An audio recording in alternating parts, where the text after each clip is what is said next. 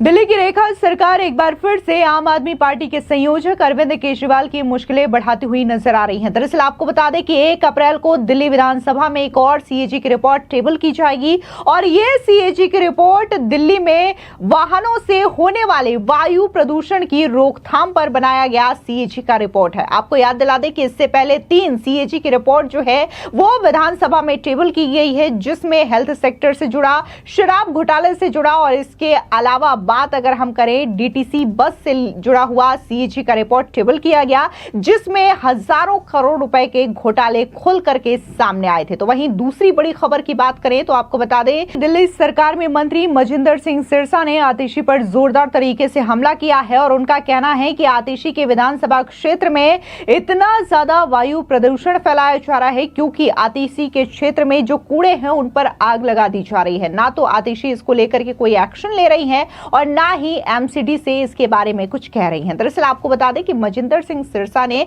अपने social media site x पर 2 video साझा किए हैं और इस वीडियो को साझा करते हुए उन्होंने कहा कि आतिशी जी, मैं आपके साथ तिलक नगर विधानसभा क्षेत्र के 2 वीडियो साझा कर रहा हूं, जिसमें एमसीडी ने कूड़े को आग लगा रखी है, जिससे चारों तरफ प्रदूषण हो रहा है। हम पिछले कुछ हफ्तों से दिल्ली की AQI को बेहतर करने के जितने भी प्रयास कर रहे हैं वो सभी प्रयास इसी तरह कूड़े को आग लगाने से विफल हो जाएंगे। मेरी आपसे विनती है कि आप एमसीडी को रोकिए। आपको मेयर साहब को हिदायत देनी चाहिए कि वो इस तरीके से कूड़े को आग लगाना बंद करें ताकि दिल्ली की हवा साफ सुथरी बनी रहे। दरअसल आपको बता दें कि दिल्ली की पिछली अरविंद केजरीवाल की सरकार के कारनामे लगातार खुल रहे हैं, या यूं कहें कि जो करप्शन मचा रखा था उनकी फाइलें धीरे धीरे खोली जा रही है। दिल्ली में आम आदमी पार्टी की सरकार बदली है और बीजेपी सरकार 27 साल के बाद सत्ता पर काबिज है। मुख्यमंत्री रेखा गुप्ता की अगुवाई में अब बीजेपी सरकार दिल्ली विधानसभा में बारी बारी से सीएजी की रिपोर्ट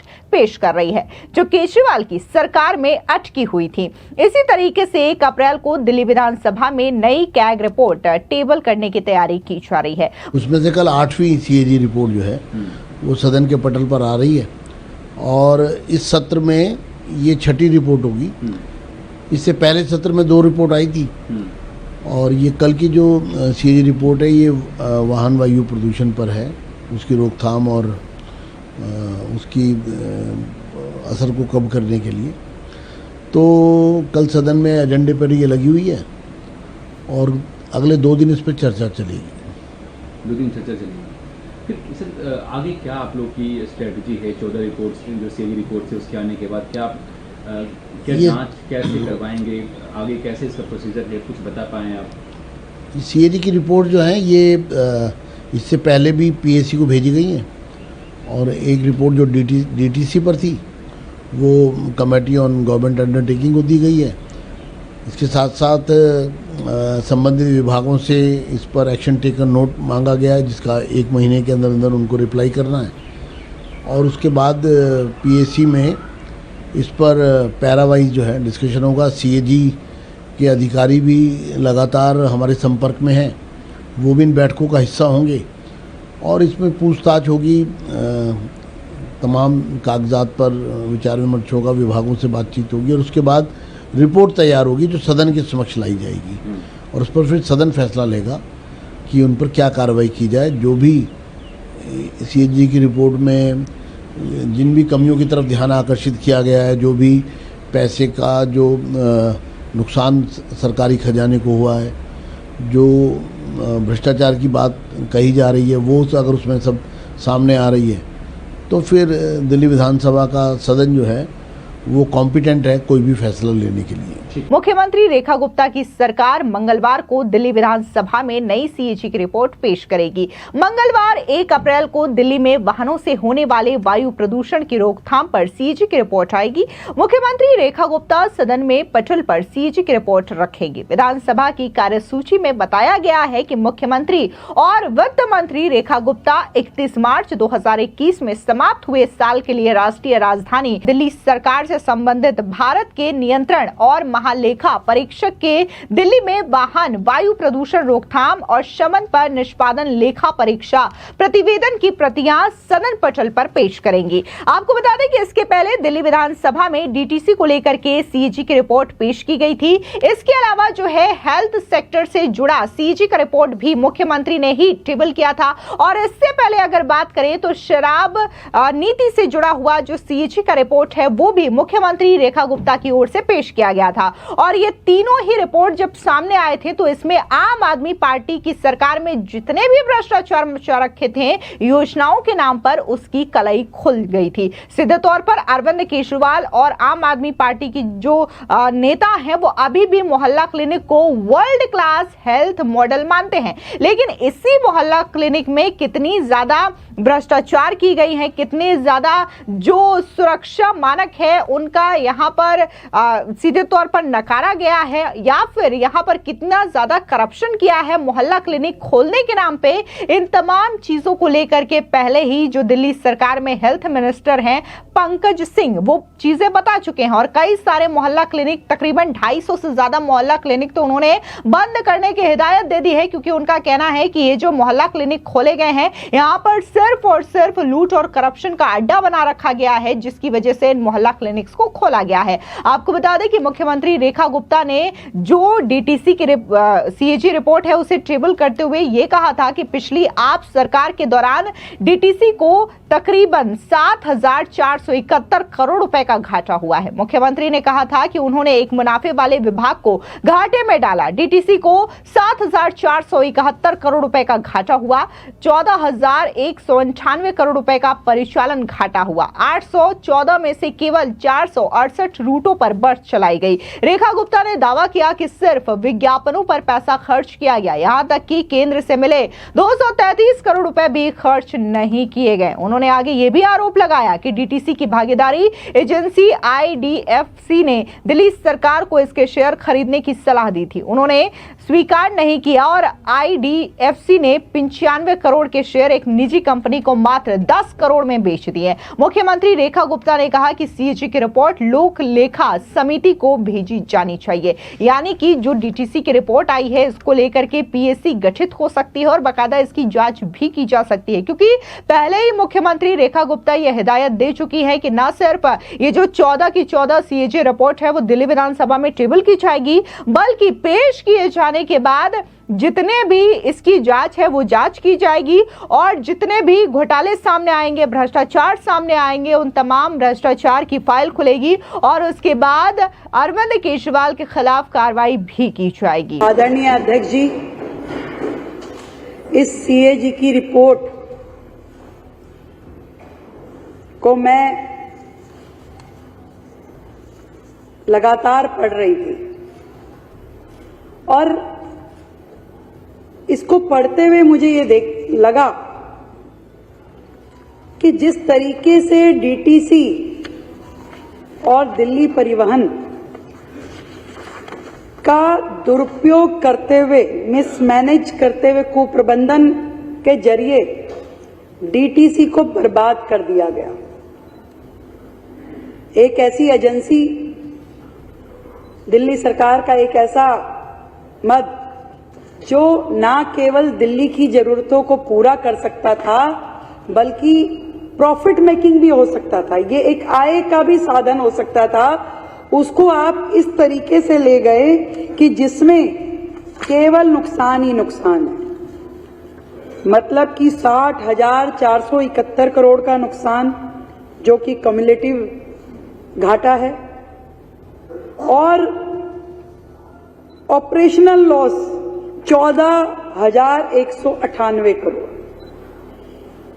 कितनी बुरी स्थिति में डीटीसी को ला दिया गया और लाए कैसे?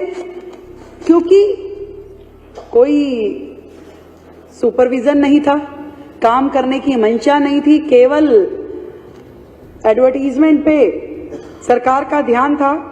मतलब 814 रूट जो बनते थे दिल्ली में बसों के, उन 814 रूटों पे भी बसों को चलाया नहीं गया, मात्र 468 रूट पे बस चली। तो जब रूट ही नहीं चलेंगे तो कहां से राजस्व आपको मिलेगा। जब रूट ही नहीं चलेंगे तो ना जनता को सुविधा मिली, ना आपका टिकट बटी, ना उसमें आप काम कर पाए। और ऊपर से जो बसें शेड्यूल छोड़ती थी या जो खराब होती थी, उसके मद में भी 668 करोड़ रुपए का नुकसान हुआ। आपका शेड्यूलिंग ना करना, बस खराब हो जाना, 668 करोड़ का नुकसान केवल उस हेड में है। नुकसान ही नुकसान। केंद्र से पैसे मिले 233 करोड़ रुपए की बसें खरीद लीजिए भाई, वो तक भी खर्च नहीं किए गए। वो 233 करोड़ रुपए वो खराब हो गए, अनयूटिलाइज्ड हो गए। कहां ध्यान था इन लोगों का? आज भी देखिए, यहां पे बैठ के वैसे चिल्लाते हैं, पर आज जब सीएजी पे डिस्कशन होना है तो इनमें दम नहीं है कि अपनी कमियां सुन सकें। दूसरे के ऊपर उंगली उठाने की इनको आदत हो गई है। कोई भी मुद्दा हो ना हो, ये तो वो हाल हो गया कि आटा गूंथते हुए हिल क्यों रहे हो, ये कब होगा, ये कब होगा, ये कब होगा। क्यों भाई? काम नहीं तो उसमें से पूरा निकालना है, पर अपनी सुनने की औकात नहीं है, अपनी सुनने की हिम्मत नहीं है कि आपने दिल्ली सरकार को किस हाल पे छोड़ दिया। जो बसें 2015 में 4344 थी, वो 23 में आकर के केवल 3937 रह गई। उसमें भी कमी हो गई, उसमें भी कमी हो गई।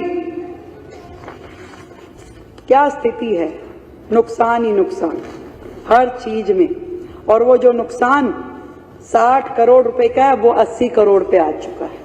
डीटीसी की जो हालत हो गई है, इसको देखते हुए और जो कोर्ट के दिशा निर्देश है उसको देखते हुए मैं इतनी बात कह सकती हूं कि इसको पूरी तरीके से रिवाइव करने की जरूरत है।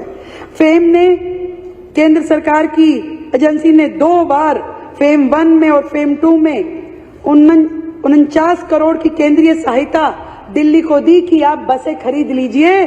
उसके निमित्त भी इनसे बसें खरीदी नहीं गई। इसके पीछे क्या कारण है?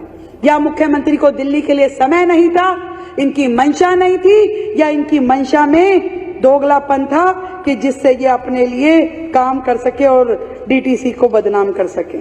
डीटीसी एक ऐसा पार्ट दिल्ली सरकार का जो वर्षों से दिल्ली की जनता को सेवाएं दे रहा था, पर आज ऐसी स्थिति के चलते हुए, क्योंकि इस पे चर्चा और बहुत हो चुकी है, मैं तो इतनी बात कह सकती हूं कि ये झूठे और मक्कार लोग, सरकार ने अब सारी व्यवस्थाएं अपने हाथ में ली। हम निश्चित रूप में डीटीसी को दोबारा से ऊर्जायमान करेंगे, एक्टिव करेंगे और एक ऐसी स्थिति में लेके आएंगे जहां लॉसेस नहीं, डीटीसी से रेवेन्यू भी क्रिएट होगा और जनता को पूरी सुविधाएं भी दी जाएगी। जो भ्रष्टाचार ये फ्री बस सेवा के नाम पे किया जाता था, अब हम कार्ड दे करके बहनों को, जिसमें उनको भी टिकट ना खरीदनी पड़े और वो अपना कितनी भी देर तक अपना किसी भी बस में जा करके वो सफर कर सके, तो इसलिए अकाउंटेबिलिटी बनेगी, काउंटिंग होगी कि कितनी बार कौन गया, कितने लोग इस योजना का लाभ ले रहे हैं। आज दिल्ली जानती ही नहीं है कि कितनी महिलाएं बसों में सफर कर रही हैं, कर भी रही है कि नहीं कर रही है। हमें क्या मालूम कि 100 कर रही है कि 1000 कर रही है कि एक भी नहीं आई।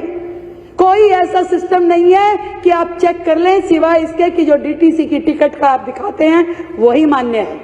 और इसमें कितना बड़ा षड्यंत्र है ये आप देख पा रहे हैं। हम डीटीसी की दिल्ली की सेवाएं दिल्ली की महिलाओं के मिले, इसमें हम प्रतिबद्ध हैं।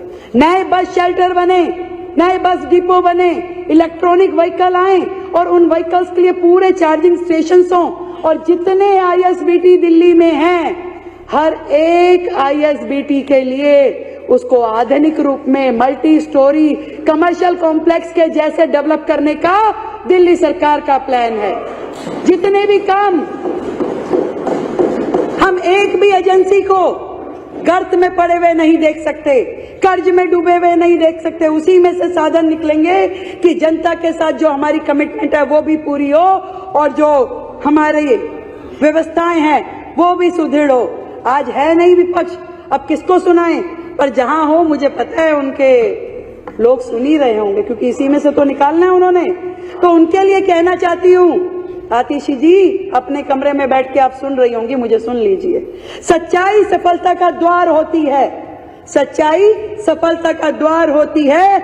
हर झूठ के सर पे कटार होती है, हर झूठ के सर पे कटार होती है। और संसार का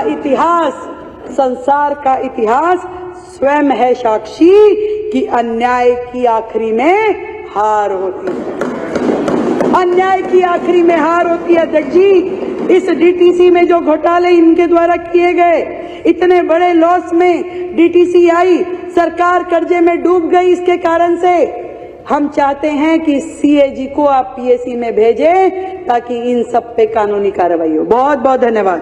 फिलहाल इस पूरी खबर पर आपकी क्या राय है, कमेंट सेक्शन में जरूर बताएं। धन्यवाद।